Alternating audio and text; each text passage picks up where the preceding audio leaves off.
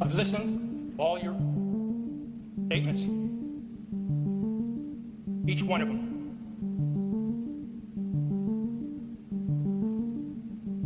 And I'm really sorry to every one of them. You just heard the voice of Joseph James DeAngelo Jr., but that pathetic apology came 40 years too late.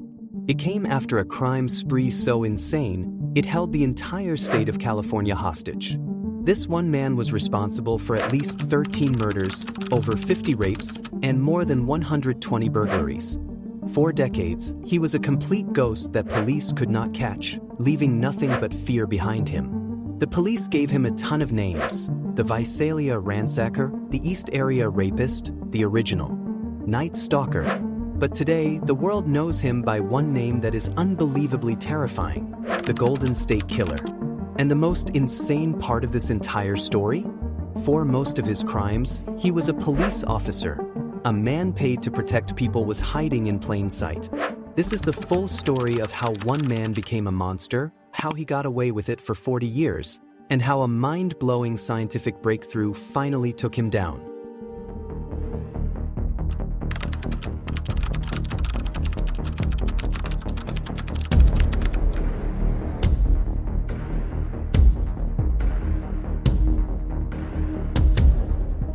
The Golden State Killer's story doesn't start with murder. It starts with something 100 times creepier: violating the one place you're supposed to feel safe, your own home. It all kicks off in the early 1970s, in the quiet town of Visalia, California. A burglar, who the newspapers called the Visalia Ransacker, was breaking into an unbelievable number of homes.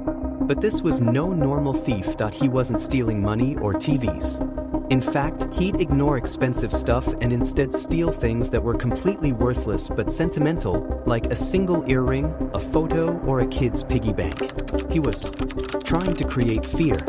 He'd move through houses like he owned them, sometimes rearranging all the furniture, other times just eating food out of the fridge. He was a ghost who wanted you to know he was there. He was practicing, getting better. His methods were crazy meticulous. He would watch his targets for days, learning their exact schedules. This guy was a predator testing the waters. This insane spree of burglaries was his training ground.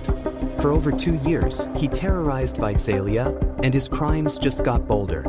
Then, on September 11, 1975, he escalated. A professor named Claude Snelling woke up to find a masked man trying to kidnap his teenage daughter right out of her bedroom. Snelling jumped into action to save her. In the fight that followed, the intruder shot him twice and completely vanished. Claude Snelling died, becoming the Ransacker's first known murder victim. The whole city was in shock. How did a simple burglar turn into a killer? But just as fast as he showed up, the Visalia Ransacker was gone. The burglaries completely stopped. The town was relieved, but everyone was asking, where did he go? He went north to be why the summer of 1976, a new wave of terror was beginning in the suburbs of Sacramento County. It was America's bicentennial, but in places like Rancho Cordova, people were in a full-blown panic. A man, who would be called the East Area Rapist, was starting a series of sexual assaults that were completely savage and terrifyingly organized. His attacks followed a sick ritual. He'd stalk his victims, single women or couples in one-story houses, usually near open spaces like parks or canals that gave him a super easy escape route. He would break in while they were asleep, a silent monster in the dark. He'd wake them up by shining a flashlight right in their eyes, a completely terrifying tactic. His control was absolute. If a couple was there, he made the woman tie up the man, using shoelaces he brought with him. Then he'd do something unbelievable. He'd stack dishes on the man's back and tell him if he heard a single rattle, he would kill them both. But this wasn't just physical. It was complete psychological warfare. He would spend hours inside his victims' homes. He'd go through their stuff, eat their food, and drink their beer, all while they were tied up and helpless. He whispered threats in a horrifying, guttural voice. And even after he was gone, he kept tormenting them. He would call his victims, days, weeks, or even years later, just to taunt them. "Gonna kill you," he'd hiss into the phone, A chilling reminder that he was still out there, watching. Law enforcement had no idea what to do. The number of attacks just kept climbing. 3, then 10, then 20, then over 50. The media was going crazy, and the entire region was gripped by fear. Gun sales went through the roof. People were nailing their windows shut and buying guard dogs. But the East Area Rapist seemed unstoppable. He was athletic, fast, and seemed to have a supernatural ability to escape every single police trap. On February 2, 1978, the East Area Rapist went from rape to murder again. A young married couple, Brian and Katie Majori, were just walking their dog in Rancho Cordova. It's believed they accidentally ran into him while he was searching for his next victim. There was a confrontation, and the couple tried to run for their lives, but he chased them down and shot them both dead in a neighbor's backyard. Police found a single shoelace nearby, a horrifying calling card that connected the double murder to the East Area Rapist. The monster of Sacramento had now killed 3 people. He had proven he would kill anyone to keep his identity a secret, but then, just like before, the pattern changed. After a few more attacks in 1979, the spree in Northern California just stopped. For the second time, this phantom had completely vanished. The question was no longer just where he went, but where would he pop up next, and what kind of horror would he unleash? The monster didn't disappear. He just moved south. As the 1970s turned into the 1980s, a new string of unbelievable crimes started in Southern California, from Santa Barbara to Orange County. This new killer was called the original Night Stalker, or UNS. For years, cops in the North and South had no idea they were hunting the exact same guy. The methods, though, were almost identical: late-night break-ins, tying up couples, and sexual assault. But now, there was a final, dark upgrade. The rapes were almost always followed by murder. The Southern California attacks were next-level brutal. December 30th, 1979, Dr. Robert Offerman and Dr. Deborah Manning were murdered in their condo. In March 1980, Charlene and Lyman Smith were bludgeoned to death in their home. The killer used a fireplace log. Charlene had been raped. And here, cops found a bizarre and disturbing signature. The knots he used to tie them up were a complex and unique diamond knot. It was so specific it could only be a trademark. The killings just kept coming, each one more horrific than the last. In August 1980, Keith and Patrice Harrington were bludgeoned to death in their gated community home. In February 1981, Manuela Withun was raped and murdered in Irvine. The original Night Stalker was a different beast, more violent, more murderous, and it seemed like he wanted to leave no witnesses. He wasn't just a rapist anymore. He was a full-blown serial killer, and he was merciless. The final known crime happened on May 4th, 1986. An 18-year-old named Janelle Cruz was home alone when the killer broke in, assaulted her, and bludgeoned her to death. And then, nothing. Complete silence. The attacks stopped. The original Night Stalker, the East Area Rapist, the Visalia Ransacker, whoever he was, vanished into thin air. For the next 30 years, the case went completely cold. An entire generation of detectives retired, haunted by the ghost they could never catch. The case files were massive, over 1 million pages, just gathering dust. The victims and their families were stuck in a nightmare with no answers and no justice. The killer was a ghost who had terrorized an entire state and then disappeared, but the case was never really dead. It lived on with a few dedicated investigators who refused to give up, guys like Larry Poole, Larry Crompton, and later, a forensic scientist named Paul Holes. Holes became obsessed with the case in the 90s, spending his own free time digging through old evidence, determined to find a crack in this decades-old mystery. In 2001, they had a huge breakthrough. Using DNA, forensics confirmed what a few people had suspected all along. The East Area Rapist from Northern California and the original Night Stalker from Southern California were the exact same person. It was a massive revelation. One man was responsible for this entire decade-long rampage. But while they now knew it was one guy, they still had no idea who he was. His DNA was a ghost. It didn't match anyone in the National Criminal Database.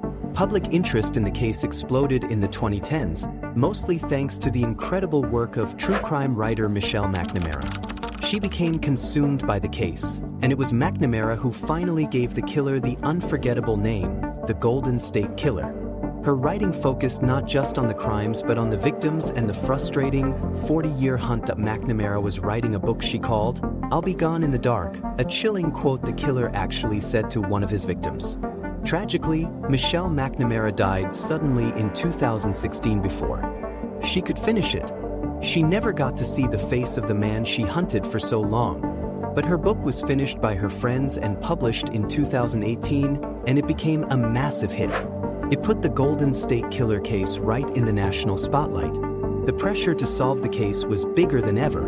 The ghost had a name everyone knew. All they needed was a face. And what nobody knew was that a small team of investigators was about to use some brand new, sci-fi level tech to finally unmask the ghost. For decades, the Golden State Killer's DNA was a total dead end. But Paul Holes and his cold case team decided to try something completely insane, something that had never been used to catch a killer before. They were going to upload the killer's DNA to a public, open-source genealogy website called Gmatch. This is a site regular people use to find distant relatives and build their family trees. The plan was a total long shot, a huge gamble that depended on one thing: that somewhere in that database, one of the killer's relatives, a second cousin, a third cousin, anyone, had uploaded there. In 2017, they got a hit. The killer's DNA shared a piece with one of the users. It wasn't a close relative, but it was a breadcrumb. And just like that, the field of investigative genetic genealogy was born. Working with an amazing genealogist named Barbara Raventer, the team started the insane process of building out family trees. Using that distant relative, they used public records, census data, birth certificates, everything, to build a giant family tree going all the way back to the 1800s. They were basically reverse engineering a family to find a phantom. They followed the family branches forward in time, looking for a man who fit the profile. He had to be the right age. He had to have lived in both Northern and Southern California during the crime sprees. Slowly, they eliminated hundreds of potential relatives. They were closing in. After months of non-stop work, the giant family tree narrowed down to just 2 possible suspects. And one name stood out: Joseph James DeAngelo Jr. He fit the profile almost perfectly. He was in his early 70s. He lived in Sacramento during the East Area Rapist attacks. And you are not gonna believe this, he was a former cop. DeAngelo had been a police officer in 2 California towns, Exeter, right next to Visalia, and Auburn, right next to Sacramento, from 1973 to 1979. He was fired from the police force in 1979 for shoplifting a can of dog repellent and a hammer, a super weird crime for a cop that suddenly seemed so much darker. He had been a police officer, using his inside knowledge of police tactics to get away with it for decades. The team was 99% sure he was their man, but they needed the final piece of proof: DeAngelo's own DNA to match to the crime scenes. So, they started intense, secret surveillance on the quiet suburban house where DeAngelo lived. He looked like any other old man in the neighborhood, a grandpa, a retiree. It was the perfect mask. Cops tailed him, just waiting. They finally collected an item DeAngelo threw away and rushed the sample to the lab. A few days later, they got the call. It was a 100% perfect match. The DNA from the trash matched the DNA from the 40-year-old crime scenes. The Visalia Ransacker, the East Area Rapist, the original Night Stalker, the Golden State Killer. They were all Joseph James DeAngelo Jr. The ghost finally had a face. On April 24, 2018, police swarmed DeAngelo's house. The man who had terrorized so many, who held power through fear, was caught completely by surprise. The arrest was almost anticlimactic. The monster who haunted California for 40 years was now just a confused-looking old man in a bathrobe. As they arrested him, he reportedly started muttering to himself, talking about some inner personality named Jerry, like he was trying to blame someone else. The news was a bombshell. For the victims, it was a moment of pure shock, relief, and overwhelming emotion. The boogeyman from their nightmares was real, and he was. The contrast between his evil crimes and his boring life was terrifying. He was the man next door, A father of 3, a grandpa who lived on a quiet street. It was chilling proof that evil can wear the most ordinary face, hiding in plain sight for a lifetime. The unmasking was complete. Now, it was time for the takedown. The story of how DeAngelo was caught is all about never giving up and using insane new ideas. This brand new science, investigative genetic genealogy, which was pioneered for this case, has already solved hundreds of other cold cases. It's an insane tool for justice. If you think this story is crazy, smash that subscribe button because we've got more coming. And let me know in the comments, is it okay to use family tree websites to catch killers? It's a huge debate, and I want to know what you think. Now, back to where we left. The arrest of Joseph DeAngelo was the beginning of the end, but getting justice was complicated. Because of California's laws at the time, DeAngelo couldn't be charged for the dozens of rapes he committed in the 1970s, which is unbelievably frustrating for his many survivors. So, prosecutors from 6 different counties teamed up to build a completely airtight case around the crimes they could charge him with: 13 counts of murder and 13 related counts of kidnapping. The court process was slow. DeAngelo, acting frail and confused in court, was nothing like the monster his victims described. Lawyers tried to drag it out, but the DNA evidence against him was undeniable. Facing the death penalty, DeAngelo's team switched gears. On June 29, 2020, in a university ballroom they had to turn into a courtroom just to fit all the victims. 74-year-old Joseph James DeAngelo Jr. pleaded guilty. To save himself from execution, he pleaded guilty to 13 counts of first-degree murder and 13 counts of kidnapping. But more importantly, he also had to publicly admit to all the other crimes, including the rapes and burglaries, finally giving his victims the public confession they were denied for decades. The sentencing hearing in August 2020 was a 4-day marathon of raw emotion. One by one, survivors and the family members of his murder victims stood up and confronted the man who destroyed their lives. They read victim impact statements that were powerful, heartbreaking, and completely defiant. They described the trauma that never went away, the feeling of safety that was stolen from them, and the anniversaries of death that replaced birthdays. Chris Pedretti, who was only 15 when he raped her in 1976, stared at him and said, "As the evening began on December 18, 1976, I was a normal 15-year-old kid. At 3 different times that night, I thought I was going to die." Jane Carson Sandler, one of his first rape victims, declared that she was no longer a victim, but a victorious survivor. It was a massive testament to their strength, a collective roar against the man who tried to silence them. They were taking back the power he had stolen. Through it all, DeAngelo just sat there silently with a blank look on his face. Finally, before the sentence was handed down, he got a chance to speak. He stood up slowly and, in that quiet, pathetic voice, gave his tiny, useless apology. "I'm truly sorry to everyone I've hurt." The judge was having none of it. He looked right at DeAngelo and listed the names of every single person he murdered, describing the horror of his crimes. Then he delivered the verdict. "The defendant deserves no mercy," he said. Joseph James DeAngelo Jr. was sentenced to multiple life sentences without any chance of parole, guaranteeing he will die in prison. The monster was caged forever. The legacy of the Golden State Killer is, first, a story of unbelievable loss and incredible strength. For decades, survivors and families lived in a world with no answers. His capture didn't erase their pain, but it finally brought closure, a final chapter to a nightmare that lasted a lifetime. The courage his victims showed in court was a powerful reminder of how strong people can be, even when faced with pure evil. But this case also changed crime fighting forever. The insane use of investigative genetic genealogy was a watershed moment that has opened the door to solving thousands of other cold cases.